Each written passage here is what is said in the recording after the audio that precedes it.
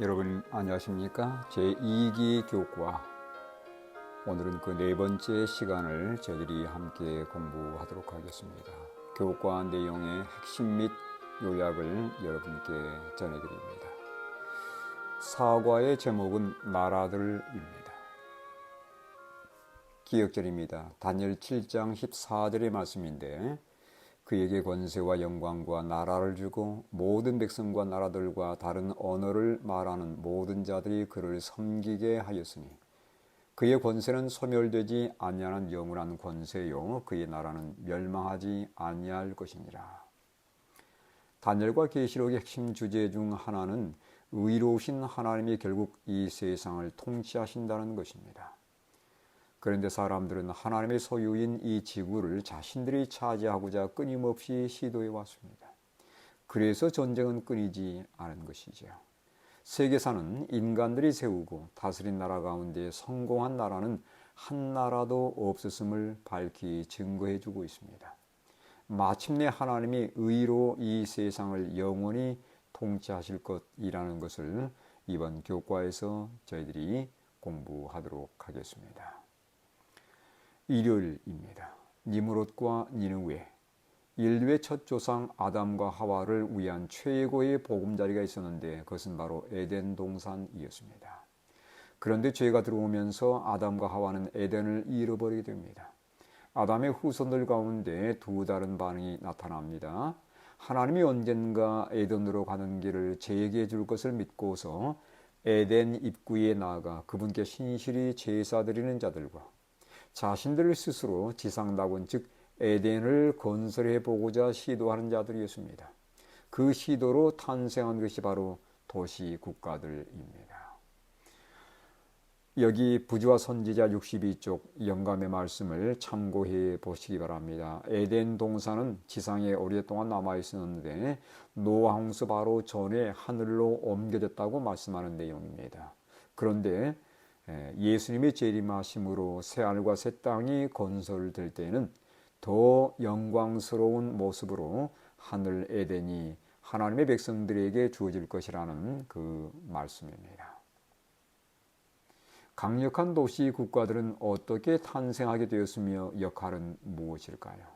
창세기 10장 8절로 12절의 말씀을 보시면 여기 니므롯은 세상의 첫 용사라고 말씀하고 있고 여호와 앞에서 용감한 사냥꾼이었다고 말씀하고 있습니다.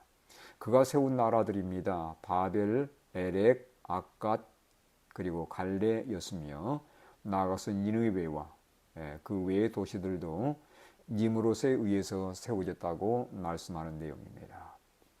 니므롯이 세상의 첫 용사라는 말을 현대의 성경은 세상에서 처음으로 다른 나라들을 휘어잡은 정복자라고 번역하고 있습니다.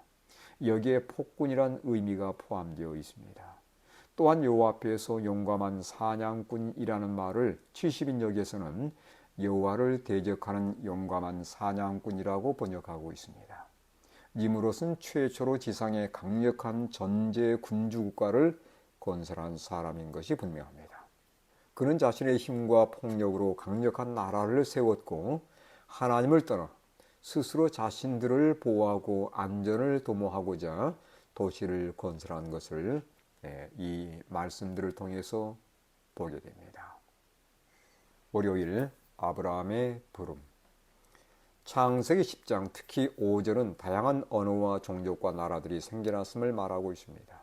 사람들이 다스리는 그 다양한 민족과 나라들에서 하나님은 그분이 다스릴 나라를 세우고자 아브라함을 그들 가운데서 불러내셨습니다.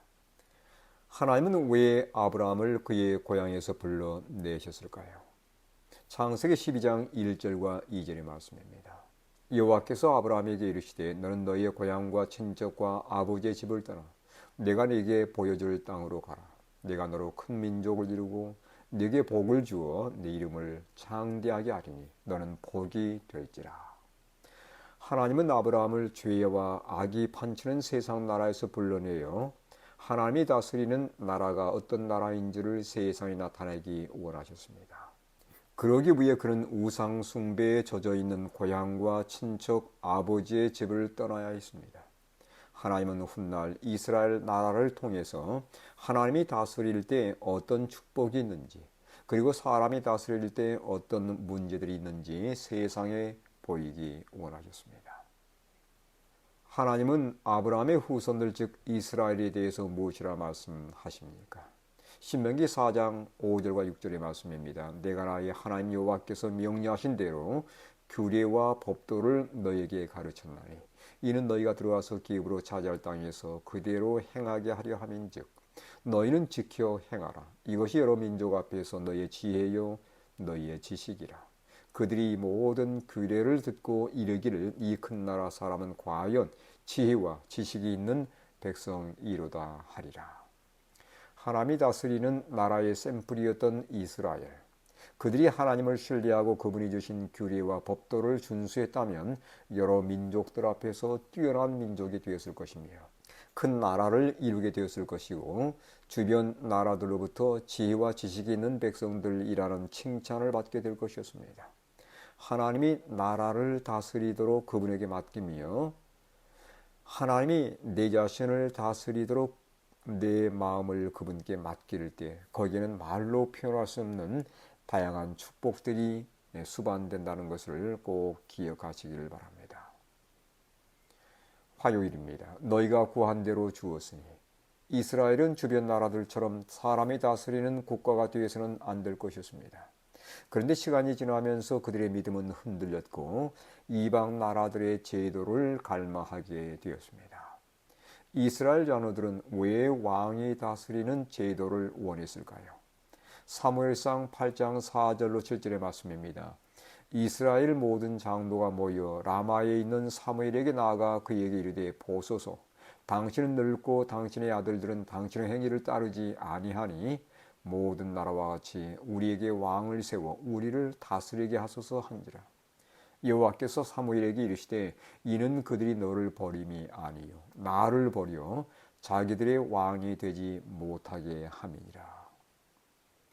이스라엘이 왕을 요구한 표면적 이유는 두 가지였습니다. 사무엘의 노쇠와 사무엘 아들들의 악행과 무능에 대한 불신감 때문이었습니다. 실제로 그들은 주변국들을 보면서 인간 왕이 다스리는 나라들이 막강하게 보였기에 왕을 특별히 요구한 것입니다. 왕정 제도가 가져올 폐단들에 대한 하나님의 경고의 말씀을 참고해 보시기 바랍니다. 첫 번째로 젊은 남녀의 강제 징집입니다.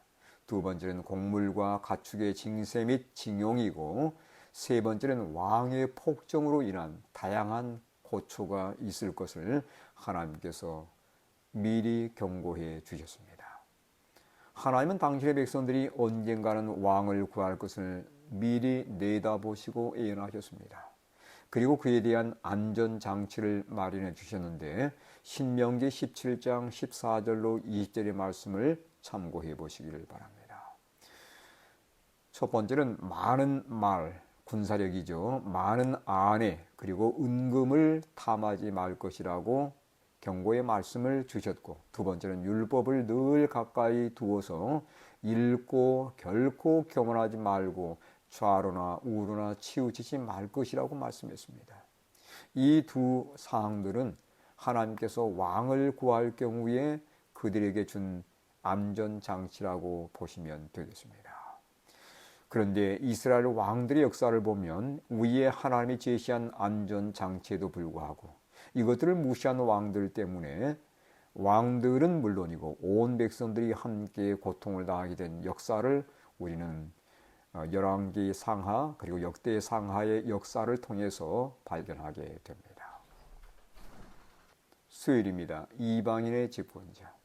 구약의 이스라엘은 많은 면에서 신약의 교회를 대표합니다. 이스라엘 백성의 곁길로 간 것은 교회가 곁길로 간 것을 보는 것과 동일합니다.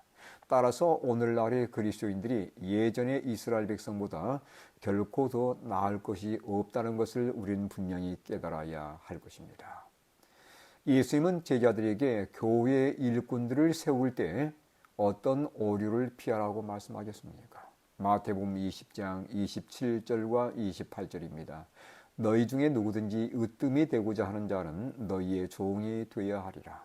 인자가 온 것은 섬김을 받으려 함이 아니라 도리어 섬기려 하고 자기 목숨을 많은 사람의 대속물로 주려 함이니라. 예수님은 가장 위대한 사람은 자신을 낮추고 남을 이타적으로 섬기는 사람이라고 말씀하셨습니다. 구약의 왕과 지도자의 직분, 신약의 교회의 직분 역시 군림을 위한 것이 결코 아닙니다. 이 직분들은 섬기도록 주신 것입니다. 예수님은 섬기는 삶이 어떤 것인지 그분의 삶을 통해서 직접 모본으로 보여주셨습니다. 지도자들 또는 교회가 군림할 때 무슨 일이 발생하게 될까요? 하나님이 이스라엘의 왕을 허락하실 때 이방 나라의 집권자처럼 되지 않기를 바라셨습니다. 그러나 그 지침들을 무시하고 왕들이 사악한 통치를 하면서 결국 이스라엘은 바벨론의 포로 신사가 되어버렸습니다. 교회 사회에서도 비슷한 일이 발생합니다.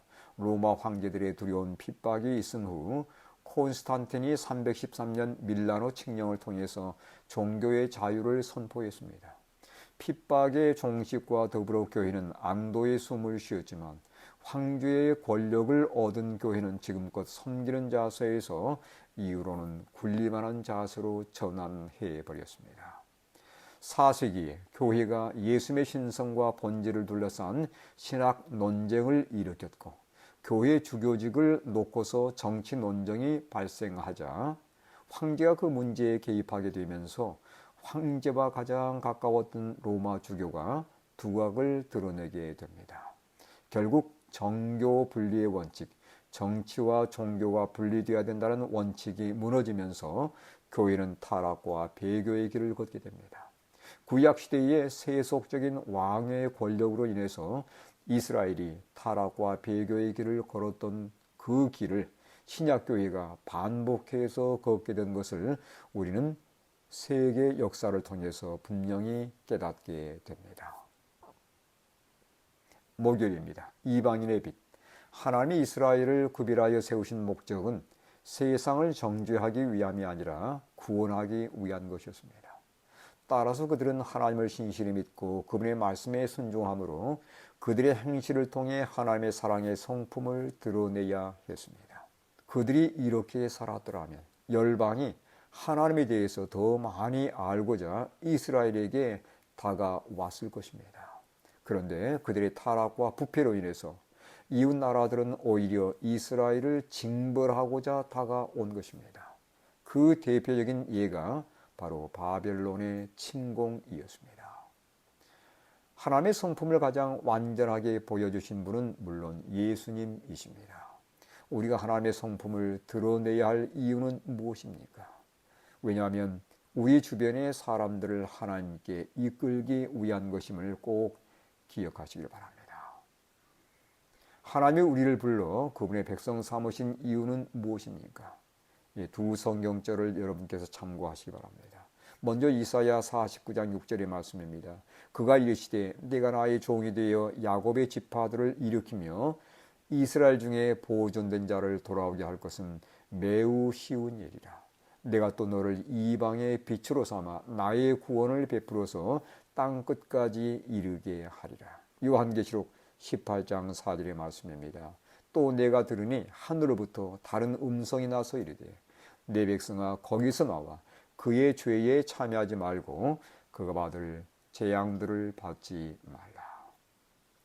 이스라엘을 세우신 궁극적인 목적은 우리가 이미 보았던 것처럼 하나님께서 교회를 세우신 목적과 동일합니다. 그것은 당신의 백성들을 통해서 죄인들을 그리스도께 인도하기 위한 것이었습니다. 마지막 교회가 전해야 할 세 천사의 기별은 모든 나라와 족속과 방언과 백성에게, 다시 말하면 온 세상에 전해져야 될 그런 특별한 기별이 있는 것을 여러분께서 깨달으시고 하나님의 기별을 증거하기 위해서 하나님께 충실한 백성들 되시길 간절히 바랍니다. 이번 주 교과의 결론입니다. 에덴을 떠난 죄인들은 자신들의 힘과 노력으로 지상 낙원을 건설해 보고자 도시 국가들을 세우게 되었습니다. 대표적인 사람인 니므롯인데 그는 첫 폭군으로 왕정 국가를 시작했습니다. 하나님은 그분이 세상을 다스린다는 사실을 보이고자 아브라함을 부르셨고 그 아브라함에 의해서 시작된 나라가 바로 이스라엘입니다. 그런데 이스라엘은 하나님의 통치를 받아들이기보다 주변 국가들처럼 왕이 다스리는 강대한 국가를 원했고 하나님은 결국 인간이 다스리는 왕정을 허락하십니다. 그런데 이스라엘 역사는 왕정이 성공적이지 못했음을 보여줍니다. 만약 이스라엘이 하나님의 통치를 인정하고 그분께 순종했다면 이스라엘은 이방 나라들을 위한 진리의 등불이 분명히 되었을 것입니다. 오늘날 그리스도인들과 교회에 바라는 하나님의 뜻이 바로 그것입니다. 하나님이 내 삶을 지배하게 될 때에 우리의 삶에 어떤 놀라운 능력이 일어나는지를 우리 주변 사회에 나타내시고 보이시는 그러한 하나님의 성도들이 되어서 그들을 하나님께 인도하는 그런 놀라운 은혜를 경험할 수 있게 되기를 간절히 바라면서 이번 주 말씀을 마치도록 하겠습니다.